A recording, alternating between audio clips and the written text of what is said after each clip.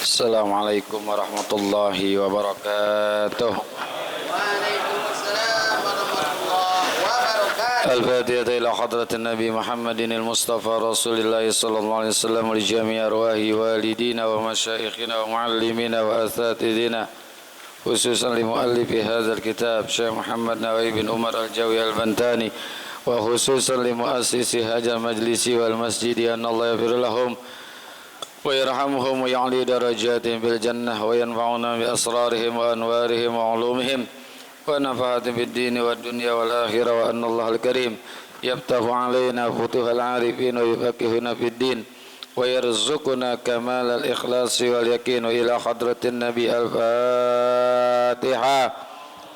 A'udzu billahi minasyaitonir rajim. Bismillahir rahmanir rahim. Alhamdulillahi rabbil alamin arrahmanir rahim maliki yaumiddin.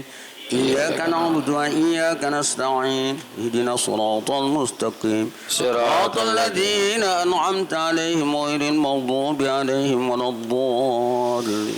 Ya Rabbi bil Mustafa balligh maqasidana waghfir lana ma madha ya wasi'al karami. Ya Rabbi bil Mustafa balligh maqasidana waghfir lana ma madha ya wasi'al karami. Ya Rabbi hayyi lana min amrina رشدا واجعل معونتك الحسنى لنا مددا. يا ربي بالمصطفى بلغ مقاصدنا واغفر لنا ما مضى يا واسع الكرم. ولا تكلنا إلى تدبير أنفسنا فالنفس تعجز عن إصلاح ما فسد. يا ربي بالمصطفى بلغ مقاصدنا واغفر لنا ما مضى يا واسع الكرم. أنت العليم وقد وجهت يا أملي إلى الرجائك وجها سائلا ويدا. يا ربي بالمصطفى بلغ مقاصدنا واغفر لنا ما مضى يا واسع الكرم. وللرجاء ثواب أنت تعلمه واجعل ثوابي دوام الستر لي أبدا. يا ربي بالمصطفى بلغ مقاصدنا واغفر لنا ما مضى يا واسع الكرم. اللهم صل وسلم وبارك عليه. Bismillahirrahmanirrahim. Alhamdulillahi rabbil alamin wassalatu wassalamu ala sayyidina wa maulana Muhammadin wa ala alihi wa sahbihi ajma'in. Amma ba'du. Hadratal muhtaramin, para alimil ulama, para guru, para asatizah, wabil khusus yang sama-sama kita hormati dan senantiasa kita doakan guru kita al-mukarram al-mukarram Bapak Kiai Haji Dr. Andes Muhammad Ja'far, yang semoga Allah angkat penyakitnya, Allah berikan kesembuhan yang sempurna sehingga bisa kembali hadir bersama-sama kita dan membimbing kita ke jalan yang Allah Subhanahu wa taala. Begitu Ustaz Abdul Hamid Mustafa Al-Hafiz, Ustaz Zidan, Bapak Ustaz Bapak Haji Muhammad Tahir, dan segenap pengurus Majelis Ta'lim Ukhuwah Islamiyah yang semoga semua dimuliakan Allah, dan pengurus Masjid Jami Hidayatul Mukhlisin yang semoga semua dirahmati Allah Subhanahu wa taala. Alhamdulillah, pada siang hari ini, pagi hari ini Allah berikan kita panjang umur, sehat afiat, diberikan kita nikmat iman, Islam, hidayah, taufik, Semoga hadirnya kita di majlis ini mendapatkan cucuran rahmat dan ilmu yang manfaat. Keluar kita dari majlis ini mendapatkan ampunan. Amin ya rabbal alamin.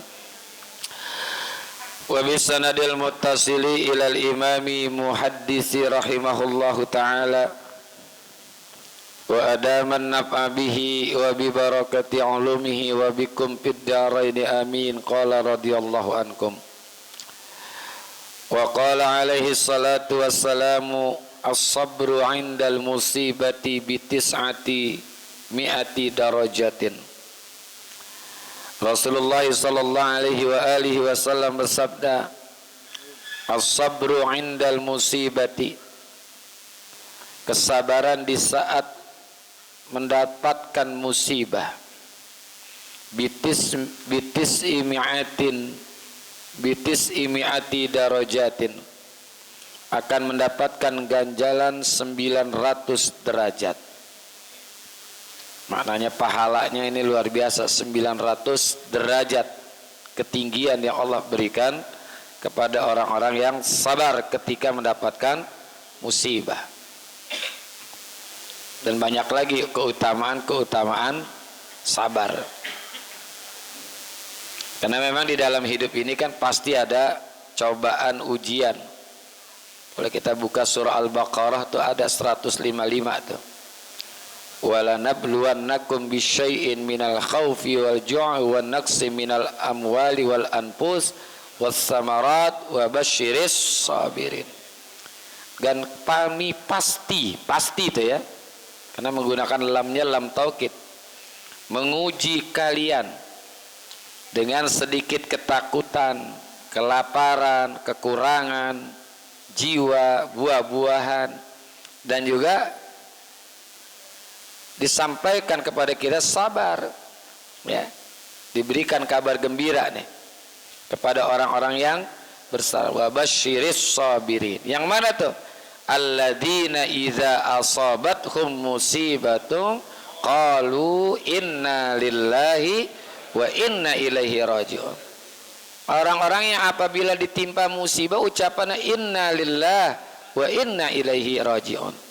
Sesungguhnya kami ini milik Allah dan akan kembali semuanya kepada Allah. Apa yang Allah berikan? Ulaika alaihim salawatu mir rabbihim wa rahmatun wa ulaika humul muhtadun. Mereka itulah yang mendapatkan keberkahan.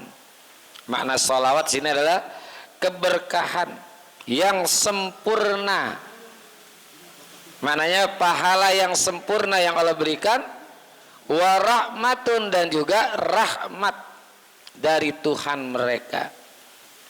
Wa ulaika humul muhtadun, dan mereka itulah orang-orang yang memperoleh hidayah. Sabar di saat tertimpa musibah 900 derajat.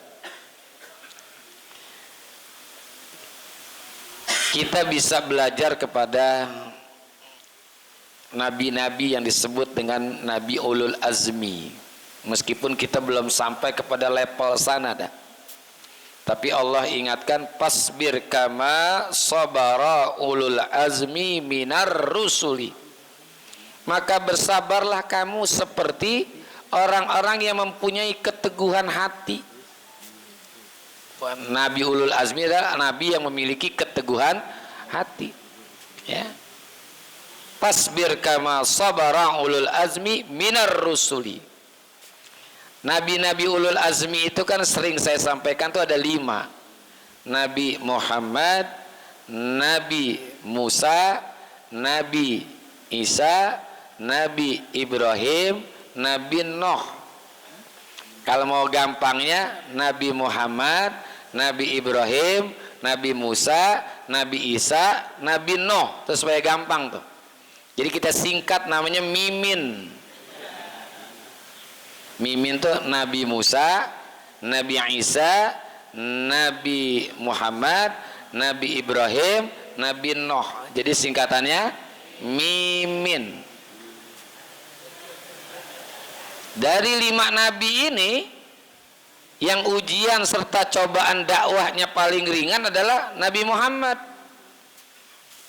Jadi bukan nabi-nabi yang lain, Nabi Muhammad itu paling ringan cobaannya bila dibandingkan dari 5 nabi ini. Dibandingkan dengan Nabi Musa, Nabi Muhammad lebih ringan.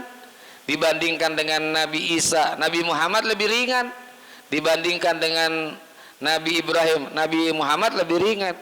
Dibandingkan Nabi Nuh pun Nabi Muhammad lebih ringan.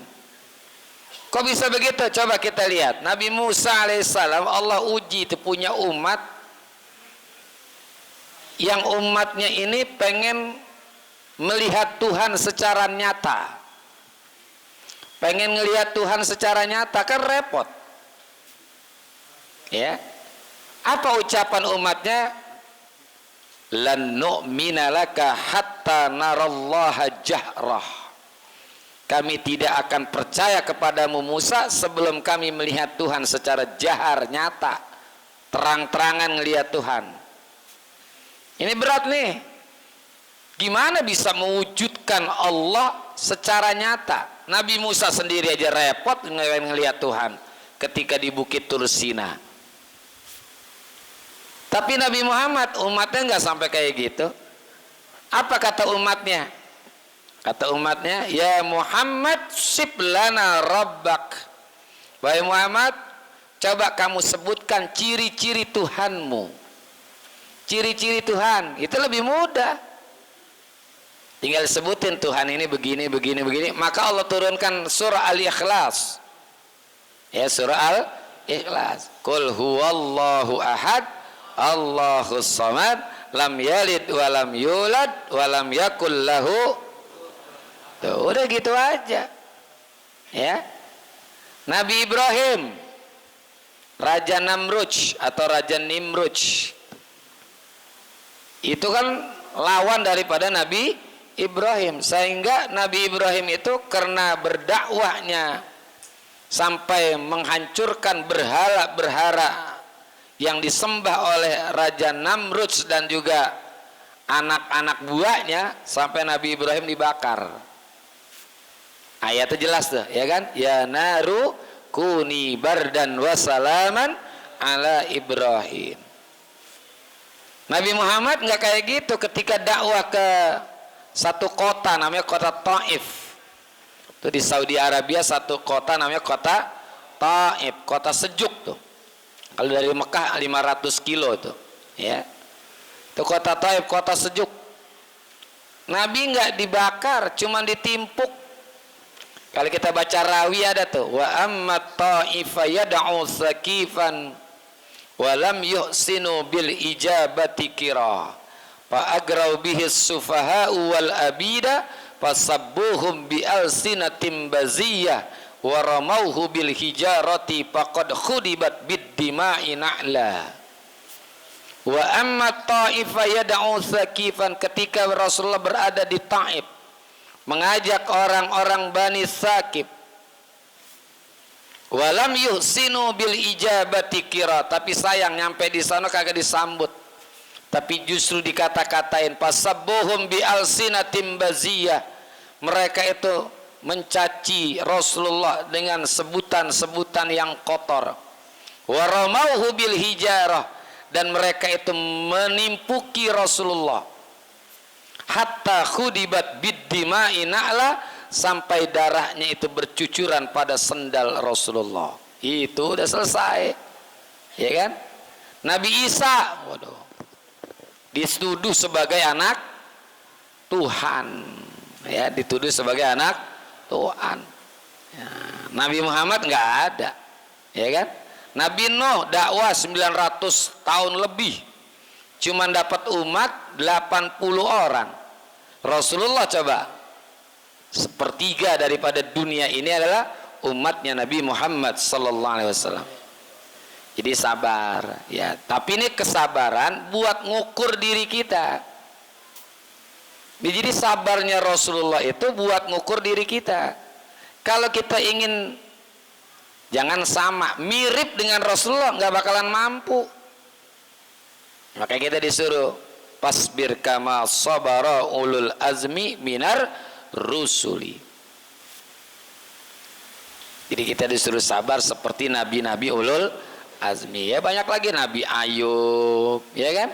Nabi Ayub itu kan dakwahnya berat juga. Anak-anaknya meninggal, hartanya hilang, istrinya juga semua minta cerai kepada dia, tapi sabar. Ya begitulah kehidupan. Ya. Jadi emang udah jelas tuh. Kesabaran ini mesti ada di mana kita berada. Di kantor, di rumah, di jalan, di majelis taklim, ya kan? Di kantor ada kesabaran. Sabar tuh. Kalau kita ngelihat hal-hal yang kira-kira ngenakin buat kita, tapi itu adalah sesuatu yang bukan menjadi milik kita, ya kita sabar. Pengen sih tuh uang-uang yang kayak gitu tuh. Nah, tapi kita harus sabar. Kalau nggak sabar kita ambil kan gitu. Di jalan, apalagi sekarang orang jalan pengen buru-buru aja. Naik motor ngebut, sampai mobil kesenggol motor, kan itu kudu sabar. Begitu juga di majelis taklim nih, duduk kayak gini kan kagak enak ini. Dari jam 6 ibu bapak bersila aja, maka kagak pegal begini nih. Pegal nggak pak? Capek. Sabar. Jadi dimanapun kita berada, di rumah kita juga sabar ngadepin istri, ngadepin suami, ngadepin anak. Ya kudu sabar, memang begitu dah. Nah tapi ingat, sabar ini gampang diucap tapi berat untuk dilaksanakan. Gampang diucapin sabar ya udah enak, tapi ketika terjadi pada diri kita, ini nih nggak sabar kita kadang-kadang. Jadi gampang diucapkan tapi berat untuk dilaksanakan, ya kan? Nah ini berat ini. Kita bisa baca sejarah-sejarah orang-orang soleh, bagai mengukur diri kita. Dulu ada riwayat ini, seorang sahabat Rasulullah Sallallahu Alaihi Wasallam yang merupakan veteran daripada perang Badar. Namanya Abu Tolhah, ya namanya Abu Tolhah.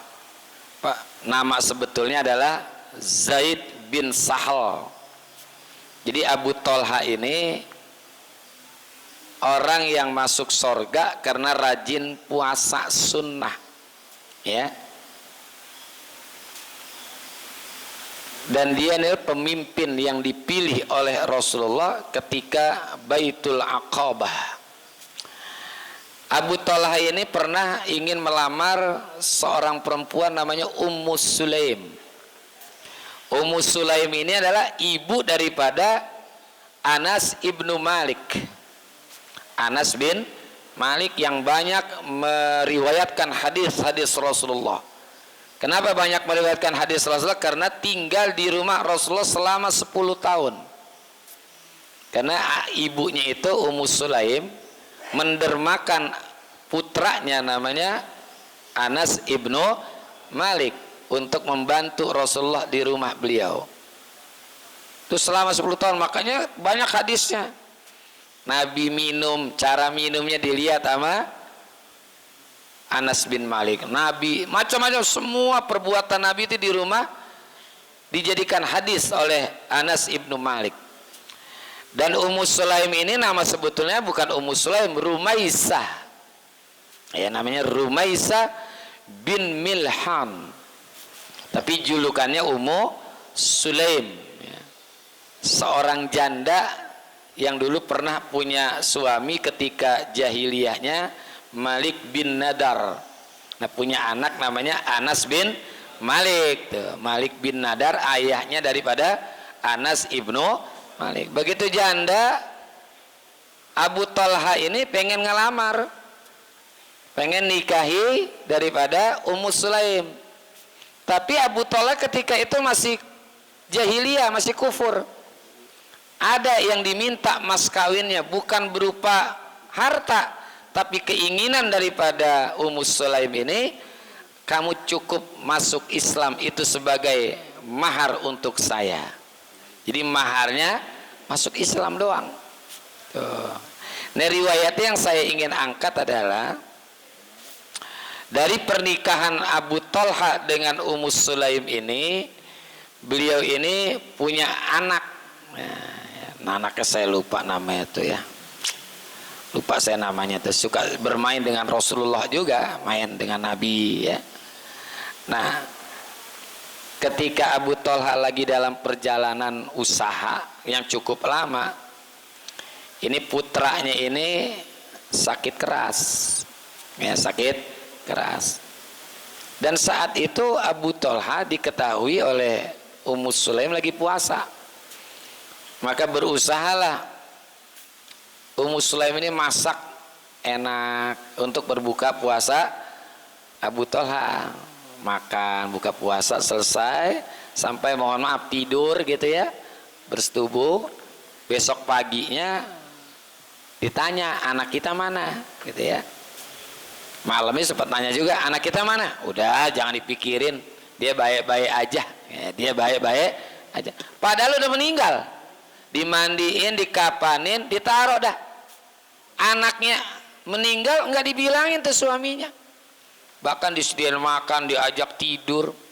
Besok paginya baru dah Ummu Sulaim bilang, bang, kalau bahasa kita, kalau seseorang itu menitipkan amanah kepada kita, kira-kira boleh nggak tuh kita ini menahan amanah yang diberikan oleh orang lain kalau orang lain itu ingin mengambil amanah tersebut? Kata Abu Thalha, ya nggak boleh lah, itu kan punya orang. Ini saya pengen sampein juga nih, anak kita itu adalah amanah Allah kan? Iya. Sekarang anak kita itu sudah diambil oleh Allah, artinya apa? Meninggal. Saat itu kaget juga nih Abu Thalha, kenapa nggak bilang dari malam? Ya, kenapa nggak bilang dari tadi malam? Ya. Akhirnya dia datang ke rumah Rasulullah Sallallahu Alaihi Wasallam. Ya, datang tuh ke rumah Rasulullah, ceritain tuh tentang itu. Apa jawaban Rasulullah? Barakallahu lakuma fi lailatikuma.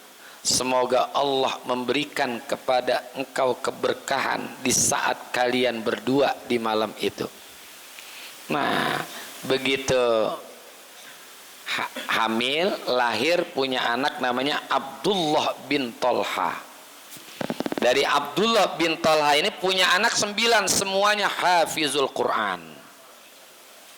Keberkahan istrinya yang sabar dan doa daripada Rasulullah itu berkah sabar di situ. 9 anaknya semua hafizul Quran. Ini kalau kita nih juga susah juga kayak gini nih. Kita lagi kemana-mana, anak kita meninggal, kira-kira istri kita diemin nggak tuh? Ya Allah Pak, anak kita meninggal tuh, masih begitu kan? Iya. Tapi kalau Ummu Sulaim ini menenangkan suaminya yang capek buka puasa, terus juga ngajak tidur segala macam dah. Ini merupakan kesabaran yang sangat luar biasa. Ini riwayat pendek, ya. Ini bisa dipraktekkan oleh orang-orang soleh nih.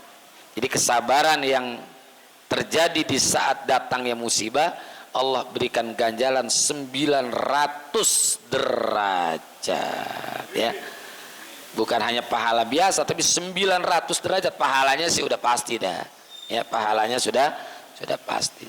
Jadi kesimpulannya bahwa sabar ini memang yang paling berat di saat terjadinya musibah. Kalau 2 hari 3 hari udah lewat, mungkin udah agak hilang sedikit lah tensi berat daripada beban yang Allah berikan kepada kita. Wa qala an-nabiy sallallahu alaihi wasallam wallahu a'lam bis-shawab wa ilaihil marji'u wal ma'ab. Sampai sini aja dah, mudah-mudahan manfaat. Al-Fatihah.